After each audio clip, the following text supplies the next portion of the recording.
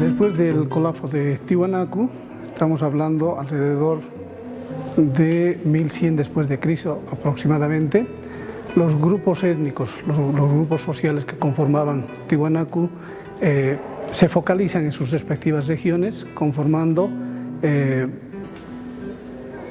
confederaciones étnicas.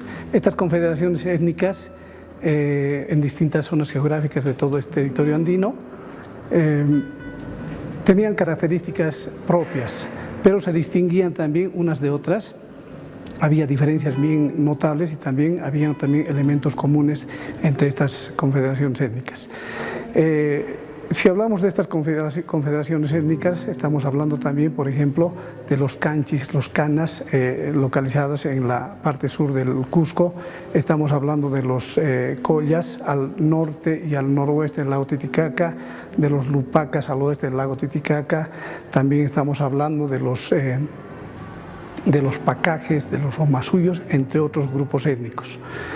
Estos grupos étnicos estaban organizados obviamente a través del Ayllu, que también eran, que pregonaba en aquella época, en esa organización, la reciprocidad y también las costumbres ancestrales. Entre los aspectos comunes, por ejemplo, de estos grupos regionales, de estas formaciones regionales, se tiene también, en la cerámica, por ejemplo, tenían algunos rasgos comunes y rasgos, por ejemplo, distintos en los diseños decorativos. Pero un aspecto importante de esta época recae en la implementación, la construcción de pucaras y chulpas. Las pucaras son fortalezas construidas en las cimas de los cerros, cuya finalidad era de protegerse de los grupos enemigos, protegerse de las avanzadas de los grupos enemigos, porque en aquella época existían conflictos basados principalmente en el territorio y sus recursos. En cuanto a las chulpas, que son conocidas también como torres funerarias, este rasgo, estas construcciones de torres funerarias se ha dado en muchas regiones de este vasto territorio andino. Las chulpas son construcciones arquitectónicas que tenían principalmente la finalidad de proteger los cuerpos sin vida de grupos, de grupos elitistas, ¿no?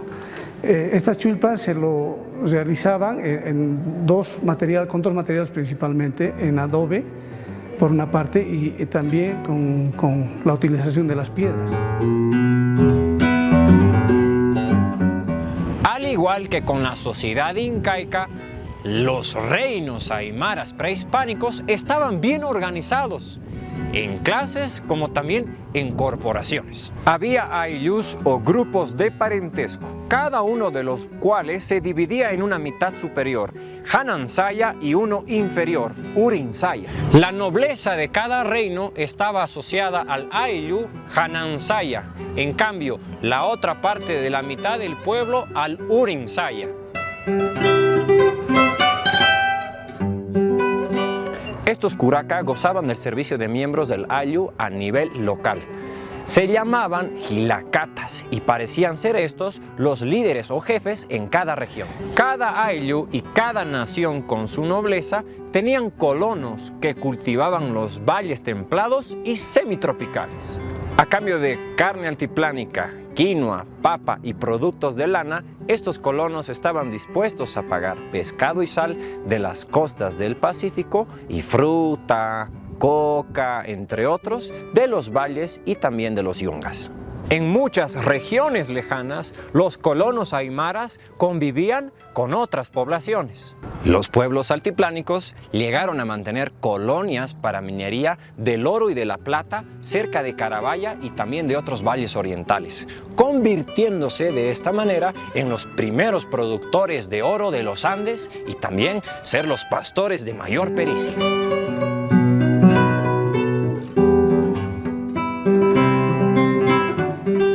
Los aymaras no estaban solos en el altiplano, coexistían con numerosos pueblos de habla uru y puquina, conocidos generalmente con el nombre de urus. Agrupados como los aymara en ayllus duales, los uru tenían limitado, denegado el acceso a las tierras y rebaños a pesar de vivir entre los aymara.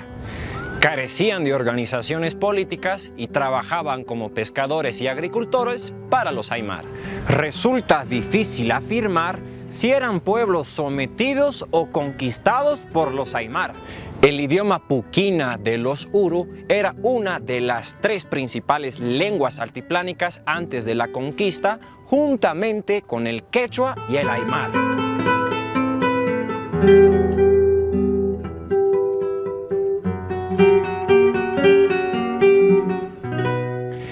El respeto cultural que tenían los aymara hacia los uru parece demostrar que estos eran anteriores y eran los restos de una civilización precedente y más avanzada.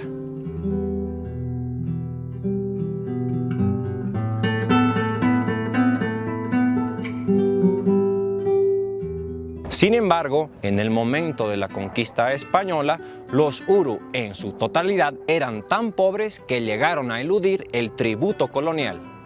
Desde la última mitad del siglo XV, los numerosos reinos aymaras se encontraban en directa competencia con el Estado imperial que nacía en la zona del Cusco y de habla quechua. En las décadas centrales del siglo XV, los quechuas expansionistas, que pasaron a ser llamados incas por el nombre de sus gobernantes, se expandieron por las tierras altas e ingresaron por el sur lentamente hacia las regiones del Titicaca.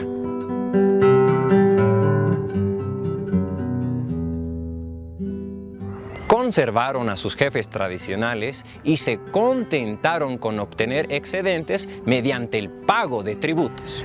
La región fue organizada como provincia propia, conocida con el nombre de Collasuyu, uno de los 4 suyus que formaban el imperio. Sin embargo, la integración no fue pacífica. En 1460 hubo una rebelión importante contra los incas en la zona de los Reinos del Lago.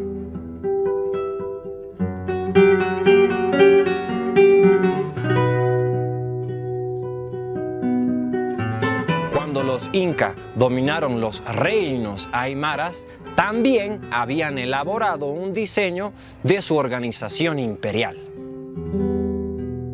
Según el relato oficial de los españoles, el Estado incaico era una organización autoritaria y paternalista, basada en principios de justicia e igualdad. Al prohibir la propiedad privada, el Estado distribuía bienes y servicios, cobrando impuestos hasta el 2/3 de la producción campesina. Los campesinos, a su vez, estaban organizados jerárquicamente por grupos decimales de 10, 100 y así sucesivamente. Con una burocracia estatal que dependía por completo del Inca y estaba asociada por agrupaciones de clan a los gobernantes del Estado.